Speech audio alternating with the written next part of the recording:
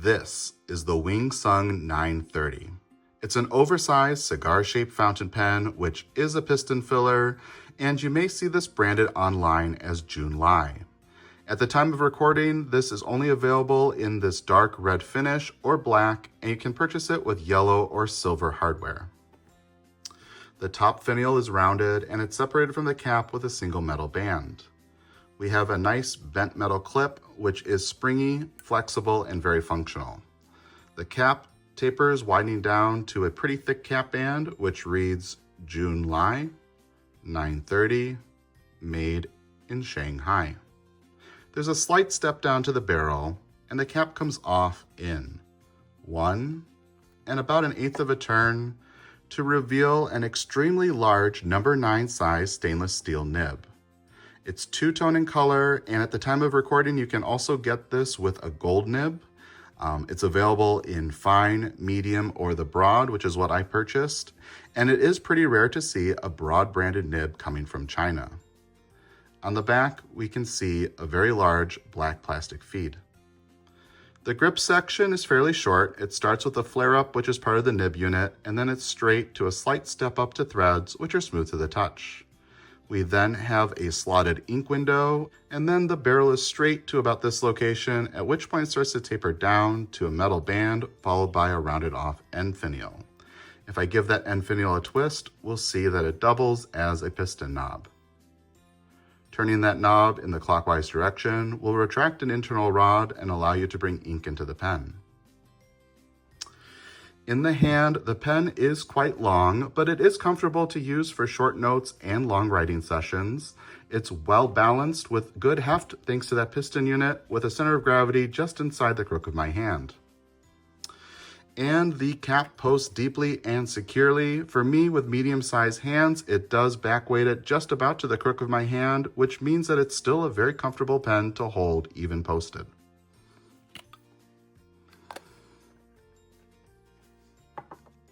In terms of size comparisons, here's the Wing Sung 930, a typical Pilot G2 rollerball pen, and your standard Sharpie. Before we disassemble the 930, I wanted to take a moment to compare it with a few other fountain pens. First up, I have the Pelikan M1000. This is also considered an oversized fountain pen, and it is a piston filler, but in terms of pricing, it's significantly more expensive than the 930, mostly because it's made in Germany, and it has a beautiful 18-karat gold nib, which we'll take a look at in just a moment. But even though it's considered an oversized pen, we can see the 930 is still significantly larger. Next up, I have the Wing Sung 630, which is really the predecessor to the 930. This one is stylized very similarly, and it's supposed to match the Mont Blanc 149. Again, compared to the 930, it is a significantly smaller pen. And then I have previously the largest pen in my collection. This is the Jinhao 9019, which is also known as the Dadao. Again, compared to the 930, it is now dwarfed in size. Also, this is the only pen on the table that is a cartridge converter fountain pen. Now, as you can see, I am getting pretty limited in space on this pen tray, so I am going to bring in one more fountain pen, but it's the smallest pen in my collection, and it is the Kaweco Lilliput. Let's take a look at these pens with their caps removed. All caps unscrew, and in the uncapped form, again, the 930 is by far the longest pen, with the Kaweco Lilliput being the shortest. Let's take a closer look at these sections and nibs. All nibs are fully exposed, and all are stainless steel, with the exception of the Pelikan. As I mentioned, that's an 18-karat gold nib. I will also note, not only is the nib on the 930 significantly larger than the rest, the engravings on it are also a lot more crisp compared to the 630. In terms of the grip sections, they're all fairly similar in shape. However, they vary mostly in their length and overall thickness. Let's take a look at these pens with their caps posted. All caps push to post with the exception of the Lilliput. This one has a screw to post cap. And in the posted form, again, the 930 is significantly longer than the rest. In order to disassemble the 930, you are going to need a wrench. However, when I purchased this pen, a wrench wasn't available, and as of recording it today, one was launched for $10 US. So right now I'm gonna just show you how far I can disassemble it without that wrench. The cap unscrews, and if we take a look inside, we'll see at the bottom there is a screw that requires a hex screwdriver to remove it.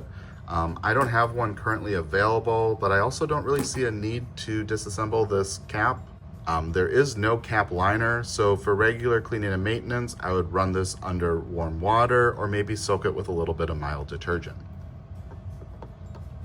In terms of the nib and feed, there are 2 slots at the bottom of the feed, which you can grab a hold of with that wrench that was recently announced to rotate the nib unit out.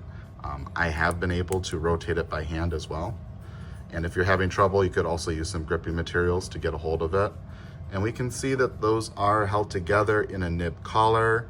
You should be able to pull these straight out. Mine is overly tight and I haven't been able to, and I am a little bit nervous that I will start damaging these fins if I try any harder. So for regular cleaning, I just, again, simply soak this in water with a little bit of mild detergent.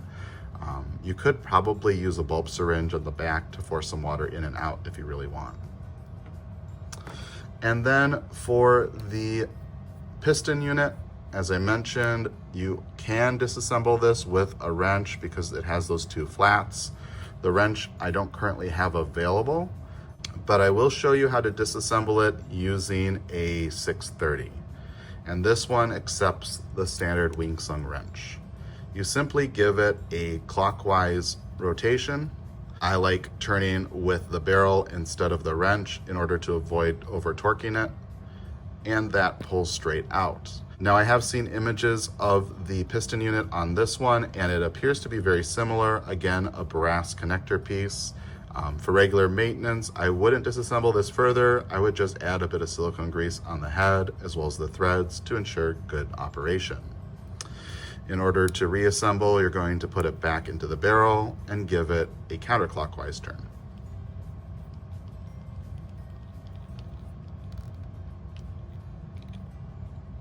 And just like that, the piston is fully functional. In terms of the 930, we don't have too much to reassemble. We're going to put the nib unit back in, screw it down, and then reattach our cap. And just like that, we're ready to ink up. Inking up the 930, today I selected one of my favorite red inks. This is Diamine's Writer's Blood. And as you can tell, this ink bottle is quite small compared to this fountain pen. I cannot get the nib and grip section to fit inside this small diameter, so I have filled up an ink miser with this ink. And in order to show you the filling up process more clearly, I'm going to switch angles. So to start off, we're going to remove the cap and extend the piston all the way down. Now, when I first saw this pen, I was pretty hopeful with this little cutout at the top of the feed that would be the inlet to bring ink into the pen.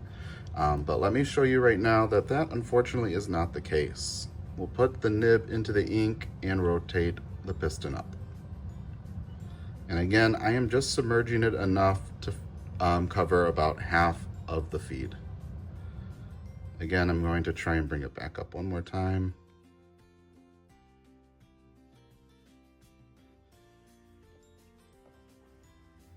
And we can see none of the ink has come into the pen.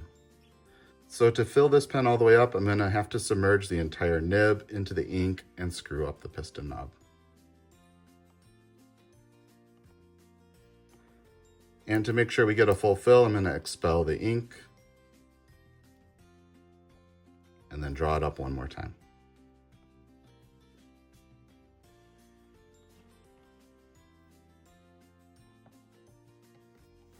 Pretty easy process with the ink miser. Unfortunately, not the case for a lot of ink bottles.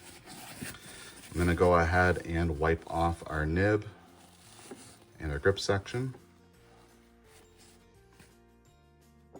We'll cap up our pen. And at this point, we're ready to write. Okay, writing with the Wing Sung 930. Cap unscrews.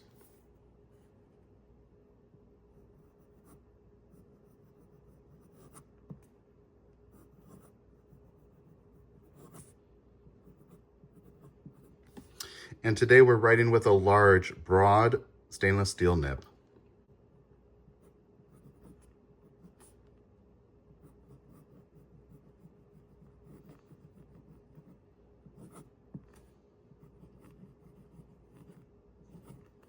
And it's a beautifully tuned nib. It's smooth and very wet with just a hint of feedback so you can tell what kind of paper you're using. It does have a little bit of bounce, but honestly, it's pretty stiff, which is surprising considering the length of this nib. But besides that, it is extremely reliable and a good workhorse. In terms of our ink, today we have one from Diamine.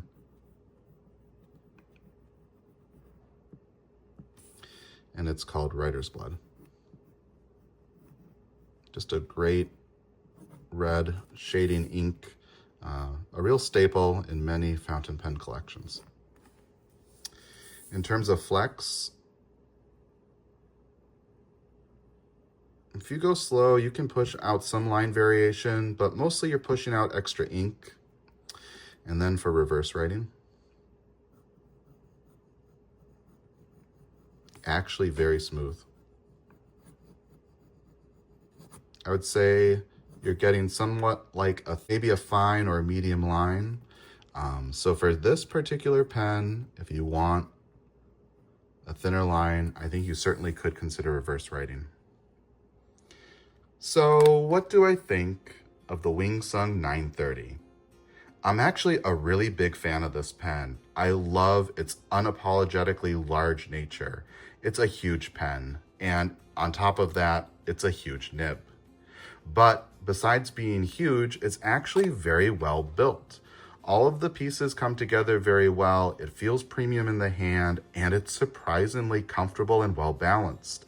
I have medium-sized hands, and I have no problem using this for longer writing sessions, and I'm actually surprised to say that I can also write with this posted without feeling like it's back-weighted. Plus, being such a large pen, I love that it's a piston filler and it has a big ink supply. On top of that, it has an ink window that is very usable, and that's not something that I can say about every piston filler that's out there. And the nib, while I did say that it's large and unapologetic, it's also extremely well tuned. It's smooth and wet, plus it's a broad, which is something that you don't often see coming from China. Now, obviously this is not the perfect pen. It is one that is going to be a little bit controversial and is going to be too large for many. I think if you have small hands, you may find that it is a little bit unwieldy. Honestly, I'm even having a little bit of trouble getting it to fit in the frame here. And the nib, even though it is so well tuned, it is surprisingly stiff for such a long nib. Let me show you in contrast the Wing Sung 630, which also has a large nib. It's a number 8 size nib, but it looks quite small compared to the 930. And this one has, I believe it's a fine. This also has flat tops, which is something that Wing Sung came out with later. And let's take a look here. This has Writer's Blood in it. You can see the line width, again, is a lot thinner without any pressure, but with pressure, it comes to almost the same width as the broad. So the 630 is one of my favorite fountain pens and one of my favorite stainless steel nibs. And unfortunately, I wouldn't say the 930 is going to outseat the 630 in that respect, but it is still a very good nib. Besides that, as I showed during the filling up portion, it is a fairly challenging pen to ink. I think it would have been nice if Wing Sung made this hole near the tip of the nib the inlet to draw ink into the pen. That would make it a much more reasonable pen to fill up from a bottle of ink. And I think that there are a lot of people that might consider just removing this nib and eyedroppering the barrel instead of trying to get it to fill up from a bottle of ink. Personally, I think that it would have been nice if Wing Sung considered making this model a Japanese eyedropper instead of a piston filler, something similar to the Namiki Emperor. And considering the size of this pen, it would just hold a massive amount of ink.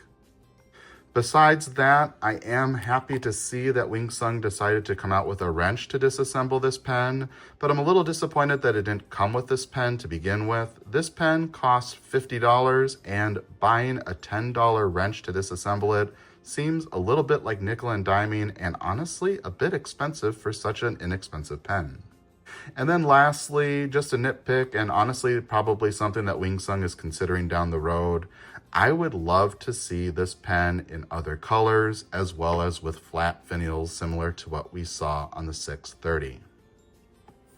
But overall, I'm very impressed with this pen. Not only is it an exceptionally large pen, but it's also an exceptional writing experience. It's comfortable, well balanced, and the nib is exceptionally tuned. Plus, it's a showstopper in terms of its overall size, and it will be an outlier for many fountain pen collections. And that just leaves me to say,